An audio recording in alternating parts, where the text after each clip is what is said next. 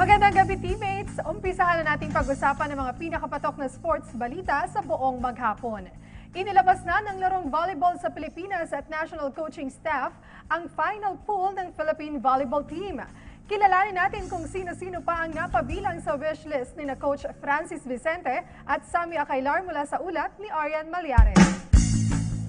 Star-studded 24 volleyballs ang bumuo sa listahan ni National Women's Head Coach Francis Vicente na pinangunahan ni former 3-time UAAP MVP Alyssa Valdez, Mika Reyes, Jovelyn Gonzaga at Dindin Manabat.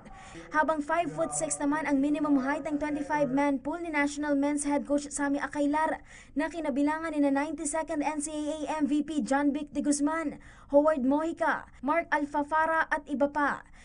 Inamin ni na Coach Francis at Coach Sammy na pinagbasehan nila sa kanilang selection ay ang resulta ng physical at psychological tests sa national tryout.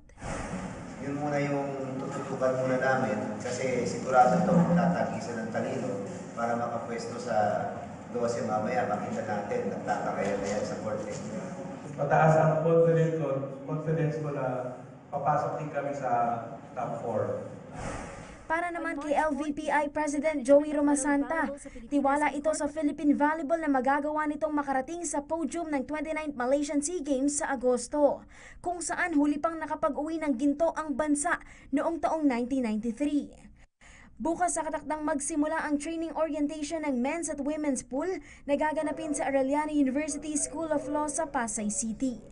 Arian Malyare, PTV Sports.